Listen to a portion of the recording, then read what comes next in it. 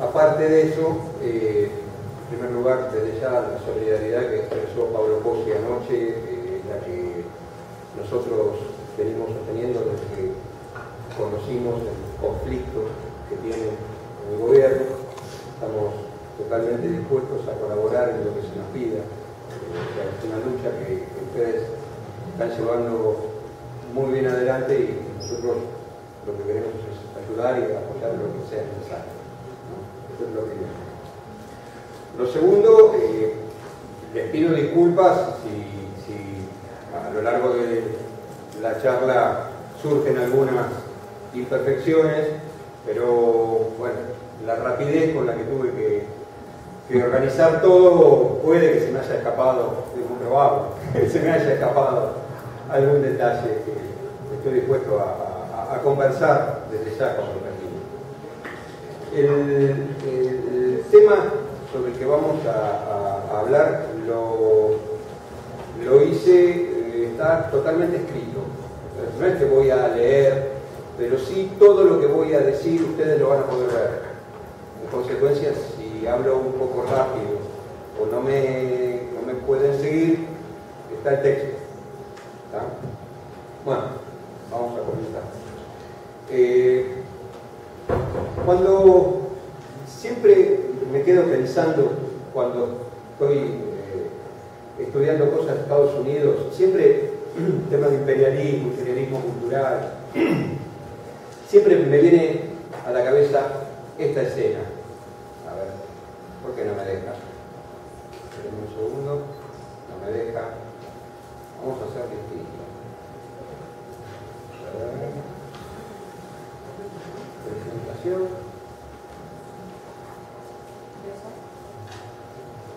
A ver ahora.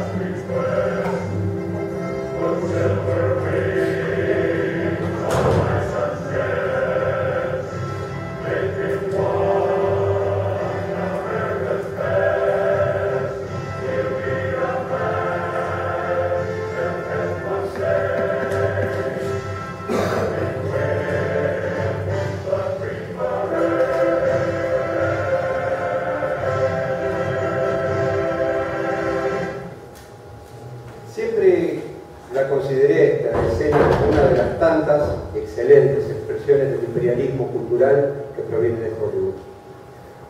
Poner a un boina verde de los Estados Unidos como un hombre que estaba ahí para defender a los inocentes niños vietnamitas era para mí un acto de resignificación genial, ya que invertía completamente lo que era la realidad.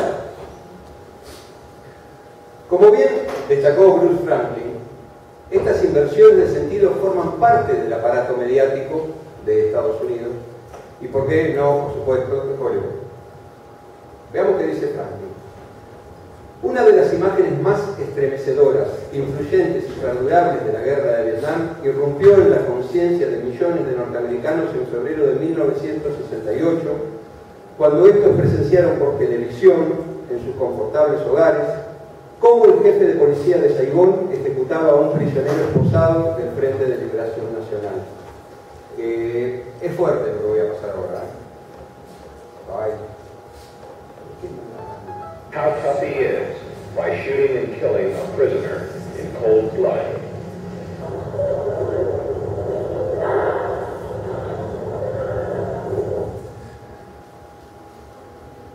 Y continúa Franklin.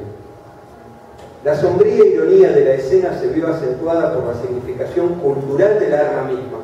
Un revólver, arma manual un tanto arcaica que remite al lejano oeste de Estados Unidos. Pero, precisamente una década más tarde, esta imagen, con los roles ahora cambiados, fue convertida en la metáfora dominante de una producción financiada por Hollywood que fue crucial para reinventar la historia de la guerra de Vietnam, el francotirador. Sostiene Franklin que era una burda tergiversación y que la técnica usada fue la de tomar imágenes precisamente de esa guerra que habían impactado profundamente en la conciencia del pueblo de Estados Unidos para ser convertidas en sus opuestos. La metáfora principal de la película es el juego de ruleta rusa, que los sádicos guardias comunistas asiáticos obligan a jugar a los prisioneros. La idea es que la imagen de una mano que sostiene una pistola parece del guardián, en el francotirador, de Alejandro, equiparándola al asesinato efectuado por el jefe de policía de Saigón. Y entonces concluye Franklin. La manipulación de esta imagen particular efectuada en el francotirador con el fin de invertir los roles de víctima y victimario fue realizada en repetidas ocasiones por otros medios destinados a militarizar la cultura norteamericana durante los años 80. Es por esto que vengo diciendo. Voy a tratar de exponer de la forma más simple que se pueda para mostrar cómo se vincula el particular tipo de conocimiento que elabora un filme histórico de Hollywood, teniendo en cuenta también las cuestiones determinadas por la necesidad comercial y las implicancias ideológicas. Por eso pensé armar una presentación tratando de ordenar los principales problemas a resolver como un conjunto de preguntas o cuestiones. Método. Pregunta 1. ¿Qué tipo de conocimiento histórico se produce a través del cine y en particular el que surge del cine de los grandes estudios de Hollywood? ¿Qué se quiere decir cuando hablamos de Hollywood? ¿Qué entendemos por discurso histórico fílmico en Hollywood? Para remandar con la idea de positivismo y construcción social de sentido. Empecemos, ¿no? Historia histórica. Planteo una hipótesis. La narración clásica de Hollywood encuentra una llamativa identificación con la narración positivista historicista clásica en historia. Y esa es la fórmula del éxito de Hollywood. Entonces tengo que justificar esto con dos elementos. Revisemos rápidamente el concepto de positivismo en historia y veamos el concepto de narración clásica de Hollywood. Según Colin Wood, el positivismo puede definirse como la filosofía actuando al servicio de la ciencia natural, así como en la Edad Media la filosofía actuaba al servicio de la teología. Los positivistas tenían su propia manera de entender los hechos naturales, ya que solamente se tenía que A. comprobar hechos, B. fijar las leyes de su comportamiento. De esta forma, al considerar que los hechos se adquirían simplemente por la percepción sensorial, la tarea real era la de generalizarlos para formular leyes por inducción. Yo quiero resaltar acá este basamento epistemológico de los positivistas que trabajan con el método inductivo. O sea, lo resalto, van a ver por qué. Entendiendo como un tipo de conocimiento que avanza de lo particular a lo general. Entonces, volviendo a Hollywood, La escritura de la historia se identificó con una escrupulosidad infinita a propósito de cualquiera y de cada cosa concreta aislada. Narración.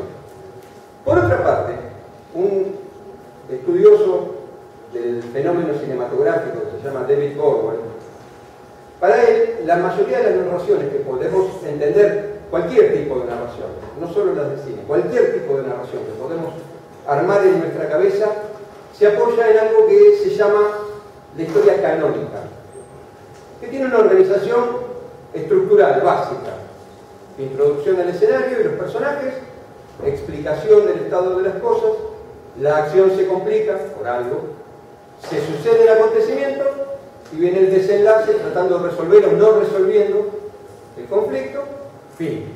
Esto es la estructura de la historia canónica. Según Borwell, la narración de tipo clásica es una configuración específica con opciones normalizadas, estandarizadas, para representar una historia a fin de poder manipular las posibilidades del argumento y del estilo. A su modo de ver, dice: la película clásica de Hollywood presenta individuos psicológicamente definidos que luchan por resolver un problema claramente indicado o para conseguir unos objetivos específicos. En el transcurso de esa lucha, el personaje entra en conflicto con otros o con circunstancias externas. La historia termina con una victoria decisiva o una derrota, la resolución del problema o la consecución o no consecución clara de los objetivos. El medio causal principal es, en consecuencia, el personaje, un individuo diferenciado, dotado de una serie coherente de rasgos, cualidades y conductas evidentes. Este modelo de narración se monta sobre tres principios que son inalterables: el tipo de montaje clásico, la interpretación de los actores con principios naturalistas y trabajando preferentemente en estudio, y finalmente la elección de historias con fórmulas muy convencionales y de fácil lectura. En suma, lo que hace una narración clásica de un film de Hollywood es una construcción muy detallada, muy precisa, para que parezca verdadera. Entonces, Borwell sintetiza los elementos, las bases del estilo clásico. En primer lugar, en su totalidad, la narrativa clásica trata la técnica fílmica como un vehículo para la transmisión de información de la historia por medio del argumento. Dos, el estilo habitualmente alienta al espectador a construir un tiempo y un espacio coherentes y consistentes para la acción de la historia. 3. El estilo clásico consiste en un número estrictamente limitado de recursos técnicos organizados en un paradigma estable y ordenado probabilísticamente según las demandas del argumento. Lo probabilístico es la probabilidad que un espectador, o sea nosotros, cuando estamos viendo una película, establecemos un conjunto de supuestos sobre lo que va a venir. Pero el guión, el roteiro, limita decididamente las opciones posibles. Eso es lo que dice recursos técnicos organizados y organizados probabilísticamente. Entonces, la historia hollywoodense en general es el producto de una serie de esquemas, hipótesis e inferencias específicas, construidas desde el argumento. Debemos tener en cuenta, para esto, que un espectador, en tanto, en este caso, ciudadanos de Estados Unidos, concurren a ver una película de su propia historia con competencias de decodificación determinadas ya culturalmente. Porque desde la infancia, desde que son niños, al ir a la escuela, conocen un conjunto de proposiciones generales sobre su propio pasado, en donde pueden insertar y aceptar la historia que se les está contando a través de la pantalla. Esto también vale para todos nosotros, cuando vemos una película histórica. Estas competencias de decodificación fueron aprendidas y reproducidas por diferentes aparatos, ¿no? Estilo Althusser, la escuela, los días patrios, la imaginería oficial, los monumentos. Pero tenemos que sumar al cine entre estos aparatos, de forma tal que los espectadores participan de la exhibición de la película con un imaginario mediático en el que se sienten cómodos, partícipes y, ¿por qué no?, también reproductores. Volvamos al modelo positivista. ¿Qué tenemos como, o sea, no nosotros historiadores que ya tenemos críticas sobre este modelo? La gente de la calle, ¿qué nos dice? La historia bien hecha dice la verdad de lo que pasó. Y para ello deben detallarse los hechos muy puntualmente. Pero ¿qué pasa? También te dicen que en la escuela esto es muy aburrido. Se aburren cuando se les dice eso, que es la verdad. Pero ¿qué pasa? Sin embargo, ese mismo hecho histórico, contado en una película, actúa necesariamente en la percepción de los espectadores medios como la verdad de lo que pasó. Y, desde ya, no es percibido como algo tedioso, en tanto el producto del film, o sea, hay películas aburridas. Pero pongámoslo a un costado las películas aburridas. Entonces tenemos películas que nos cuentan lo mismo, o peor, pero que nos cuentan la historia, y sin embargo, en la escuela nos aburrimos, en el cine no. Las películas históricas de Hollywood encadenan hechos, aún a costa de dar enormes saltos temporales, con lógica de causa-efecto, también determinado por el protege. Tal como remarcó Boswell, los guiones de Hollywood, dentro del modelo clásico, y su necesidad causal se encuentran rígidamente pautados. Hasta hay manuales acerca de cómo hacer un guión, con pautas muy rígidas. Según Robert Rosenstone, este tipo de películas explica la historia mediante los avatares, los hechos de individuos que son importantes porque la cámara decidió que son importantes. En general son gente normal, común. También es cierto que puede haber que haya películas de algún héroe nacional o local, o que pertenezcan a la historia universal, Espartaco. Pero son personajes que han realizado actos heroicos o admirables, o que han sufrido explotación u opresión, y que la solución de sus inconvenientes tiende a sustituir la de los problemas generales. Por ello, dice Rosenstone, la personificación se convierte en un mecanismo para no tratar los problemas sociales, a menudo sin solución, que plantea el film. Entonces, si el positivismo construía la historia de forma narrativa, apoyándose en el método inductivo, no es sorprendente que la narración clásica de Hollywood se sostenga también en el método inductivo. Nótese que el mecanismo fílmico permite ir presentando elementos que avanzan de lo particular a lo general, de forma tal que el guión se estructura poniendo un hecho tras otro para garantizar que la historia avance. De similar manera, el positivismo toma la fórmula de la causalidad para encadenar los hechos, dejando, si se quiere, el camino allanado para que un guionista que tenga en su cabeza el formato estructural de la narración y de la historia positivista, de forma tal que el hombre pone los hechos en fila y tiene armado el guión.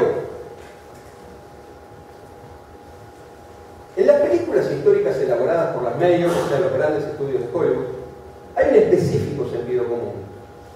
Un sentido común que se ha venido construyendo desde principios del siglo XX a partir de un aparato ideológico del Estado, como son, por ejemplo, las instituciones educativas, de todos los niveles, las que en su mayoría elaboraron una específica manera de entender y reconstruir el pasado. Entonces ahora pasemos al segundo gran problema. ¿Qué queremos decir cuando hablamos de Hollywood? Y un par de citas que lo pintan bastante bien. Hollywood es más que una localidad, es un estado del espíritu, dice David McKenzie. O hacer películas es un negocio ante y por encima de todo, como demuestra esa larga y extensa lista de créditos con la que finaliza cada película.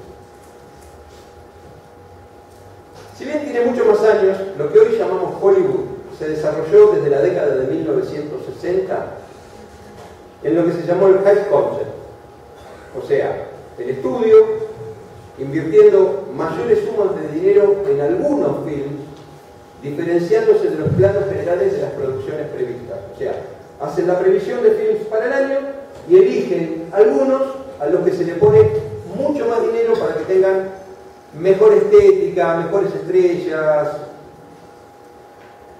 Las highs son lo que se conocen como los blockbusters, o sea, esas películas de gran presupuesto y gran cuidado visual que ya se sabe van a tener éxito y al mismo tiempo van a ser apoyadas desde los estudios por el marketing, el merchandising, la derivación al formato DVD, la televisión y la exportación. Todo esto es negocio. Sin embargo, a partir de la década de 1980, se inicia lo que se llamó la era corporativa. Así la llama un español que se llama González Pascual, y las particularidades fueron una incesante política de desregulación y una dramática reinterpretación de las leyes antimonopolio, lo que facilita la nueva financiación con el uso de bonos basura para la facilitación de fusiones y adquisiciones de grandes corporaciones sobre lo que habían sido la industria cinematográfica norteamericana de la época clásica. McChesney dice: a lo que estamos asistiendo, y cita a Christopher Dixon, analista mediático de la firma de inversión Stein Weber, es a la creación de un oligopolio global. Ya les pasó a las industrias petrolera y automovilística anteriormente en este siglo. Ahora le está sucediendo a la industria del entretenimiento. El nivel de fusiones y adquisiciones es escalofriante, dice McChesney. En la primera mitad del año 2000, el volumen de acuerdos de fusión en el ámbito de los medios de comunicación globales, Internet y telecomunicaciones sumó un total de 300.000 millones de dólares, el triple en los 6 primeros meses de 1999 y exponencialmente mayor que la cifra de hace 10 años. La lógica que guía a las empresas mediáticas en todo esto está clara: o te haces muy grande en muy poco tiempo o resultás comido por hambre. Entonces, en muy poco tiempo, el mercado mediático global se ha visto dominado por 7 corporaciones multinacionales: Disney, AOL Time Warner, Sony, News Corporation, Viacom, Vivendi y Bertelsmann. Ninguna de esas empresas existía en su forma presente como compañía mediática hace tan poco como 15 años. Hoy en día, casi todas ellas figurarán entre las mayores 300 empresas no financieras del mundo de 2009. De las 7, solo 3 son verdaderamente norteamericanas, aunque todas ellas realizan en Estados Unidos sus operaciones comerciales. Entre las 7 son propietarias de los principales estudios cinematográficos, de todas las cadenas de televisión estadounidenses, excepto una, del puñado de compañías que controlan el 80-85% del mercado musical global, de la mayor parte de la radiotelevisión por satélite de alcance mundial, de un porcentaje significativo de la publicación de libros y revistas comerciales, de la totalidad o la mayor parte de los canales de televisión por cable de Estados Unidos y del mundo, de una porción significativa de televisión terrestre europea, la televisión tradicional por ondas aéreas, y así sucesivamente. O sea, el control y concentración global es espeluznante. Y por ello, remata González Pascual, surge una incestuosa y abusiva subcultura industrial que ha alterado dramáticamente la forma en que se realizan los negocios en Hollywood. ¿Qué es lo que manda? El beneficio, entendido en términos exclusivamente económicos.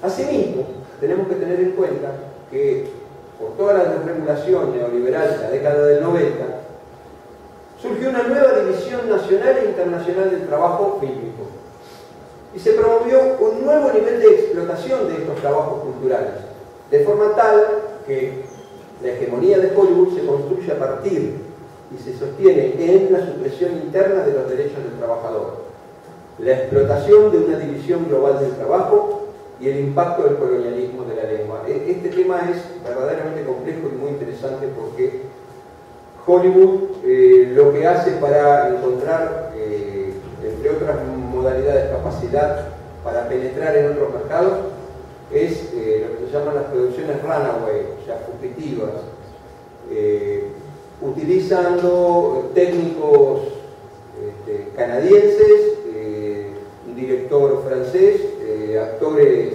de diferentes nacionalidades y servicios digitales de Indonesia, por ejemplo. Y sin embargo es una producción de un gran estudio de Hollywood. O sea, más de una vez ustedes van a ver en los créditos que la película aparece Inglaterra, Francia, Estados Unidos. Bueno, en realidad Estados Unidos es el que manda. Y los otros por acuerdos, por convenios entre gobiernos. Esto da para discutir mucho, no voy a profundizar. Entonces, Joel Burroughs sostiene que la máquina hollywoodense se basa en una mercadotecnia eficaz que le permite barrer las cinematografías nacionales en cada país. Más aún, los círculos dirigentes de los Estados Unidos comprendieron muy pronto que el cine era un formidable factor de promoción del American Way of Life. Valga, por caso, la cita del presidente Hoover, al que le explotó la crisis del 29 en la cara. Decía: en los países en los que penetran las películas norteamericanas, vendemos 2 veces más automóviles norteamericanos, fonógrafos norteamericanos y gorras norteamericanas. Lo tienen claro desde el principio del siglo. Vamos a la cuestión del discurso fílmico. Primero, definamos discurso. En líneas generales, puede asumirse que es el proceso de interacción social, gracias al cual se construyen y circulan los sentidos que se elaboran por los agregados y grupos sociales. Entiendo el concepto de discurso como el acto de producir sentido y a la vez expresión comunicativa. Por ello, todo acto de comunicación lo deberíamos entender como texto. Por otra parte, la discursividad es un proceso en el que se consideran múltiples interacciones que se producen al circular distintos textos y lenguajes, no como lenguas de países, sino como modalidades de emisión, literatura, cine, televisión, radio, pintura, etc. Entonces, vamos a discurso cinematográfico. ¿Qué es? Se habla de discurso cinematográfico ya desde la década de 1920. Sin embargo, el punto fue expresado de forma abierta por los formalistas rusos, quienes sostuvieron la importancia de las cualidades poéticas y lingüísticas del cine. Sin perjuicio de toda una serie de intentos similares de conceptualización, el problema de la dimensión discursiva del cine se consolidó con los estudios semióticos de los estructuralistas en la década de 1900.